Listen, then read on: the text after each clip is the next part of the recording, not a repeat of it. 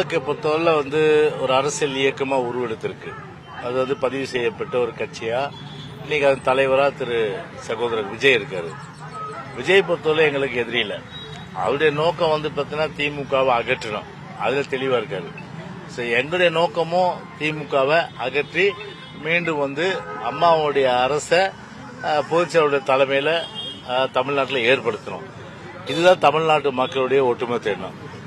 பொதுச்செயலாளர் சொன்னார், பிரதான எதிர்கட்சின்னு பார்த்தா எதிர்கட்சிகள் 1000 இருக்கலாம் தமிழ்நாட்டில். ஆனா பிரதான எதிர்கட்சின்னு பார்த்தா சட்டமன்றத்திலும் சரி, இன்றைக்கு வெளி உலகத்திலும் சரி, அனைத்து இந்திய அண்ணா திராவிட முன்னேற்ற கழகம் தான் ஒரு அரசியல் பிரதான எதிர்கட்சியா இன்னைக்கு இருக்கு. அப்படி இருக்கும்போது ஒரு திமுகவுக்கு மாற்று அப்படின்னு பார்த்தா அனைத்து இந்திய அண்ணா திராவிட முன்னேற்ற கழகம் தான்.